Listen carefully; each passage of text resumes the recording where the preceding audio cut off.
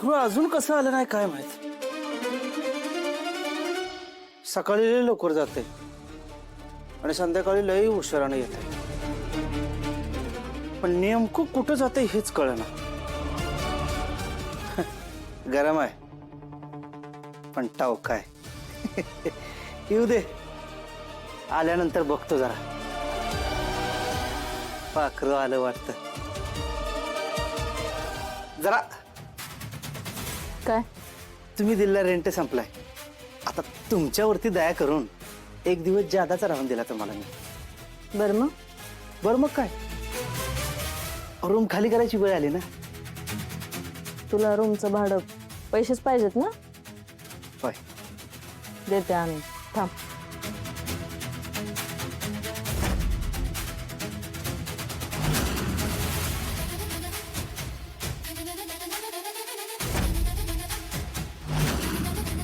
आला रे आला, विक्की आला दिल के शहर में.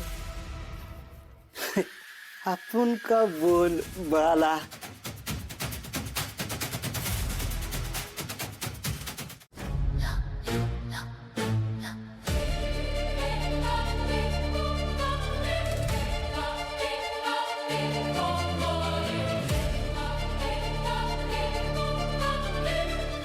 माझे पैसे घेऊन पळाला.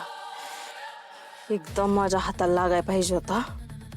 नाही उभा आडवा चिरून ठेवला असताना त्याला तर लाली नाव नसतं लावलं. देवाकडे प्रार्थना कर परत या लालीच्या समोर येणार नाहीस. नाहीतर अशी अवस्था करून ठेवीन ना तुझी का आयुष्यभर मला विसरू शकणार नाहीस.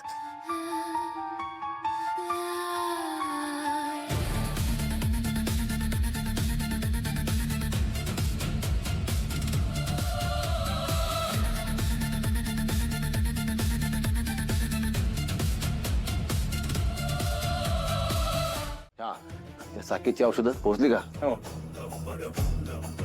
जामकर साहेब, ओ जामकर साहेब, ऐका ना, मला आईशी लय आठवण यायला लागली. एकदा भेटू दे की तिला. काय होत असं, एकदा माणूस लॉकअप मध्ये जेलमध्ये अडकला की आईची, बापाची, चुलत मामाची, काकाची, लांबच्या आत्याची फार आठवण येते. होत असं. पण तू मला नीट माहिती आहेस, हे आईचं नाव काढून मला ब्लॅकमेल करायचा प्रयत्न करू नकोस. It won't work.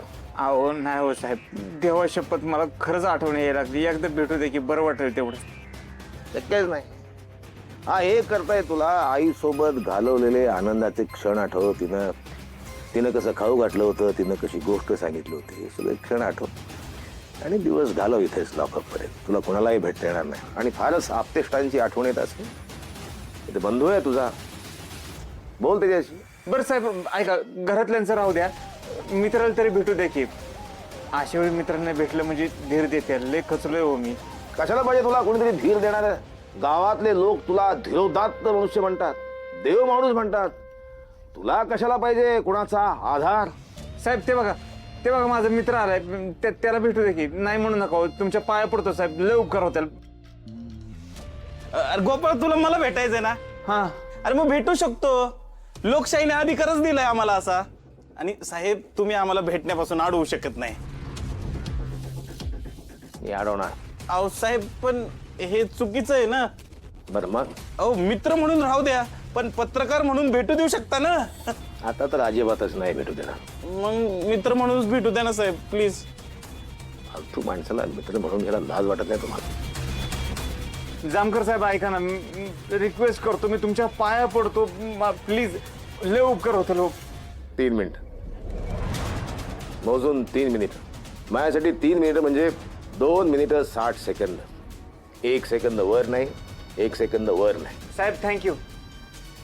इकडे थँक्यू साहेब. लक्ष ठेव. गोपाळ, कसा आहेस तू? काय विचारतो तुला का झुंजार? आतमध्ये कोण बरं असेल सांग बरं. कसं आतमध्ये दिवस काढतोय हे माझं मला माहिती. त्यात तुम्ही मित्र काय का बाहेर काढायला काय सुद्धा करणं झालंय. अरे गोपाळ, असं कसं बोलतो का तू? हा, तू बघितलं ना तुझ्यासाठी किती मोठा मोर्चा घेऊन आलतो आम्ही. परंतु त्या जामकर साहेबांनी आमच्या तोंडावर पुरावं फेकून मारलं. आपण संसारला का मी काही केलंच नाही तर हे पुरावा आलेत कुठून मला काय कळणं झालंय बघ. विचार करून करून डोक्याचा भुगा झालाय सगळा. मला काय वाटतं माहितीये का सुंजार, मला कोणीतरी इथं अडकवण्यासाठी ना हे सगळं केलंय बघ, डाव रचलाय. अरे गोपाळ, आमचा सगळ्यांचा तुझ्यावर लय विश्वास आहे.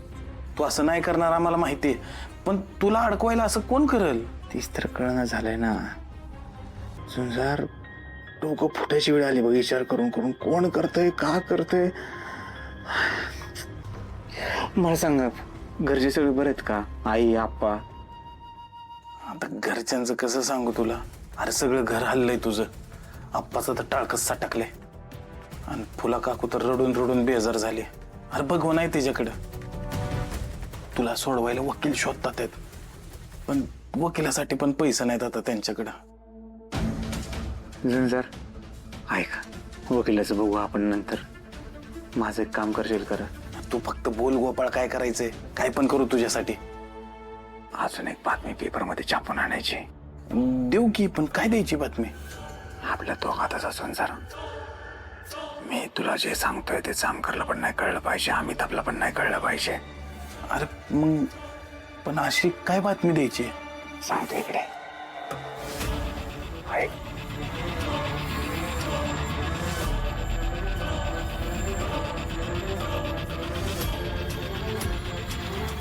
गोपाळ होऊन जाईल, तू काळजी करू नको.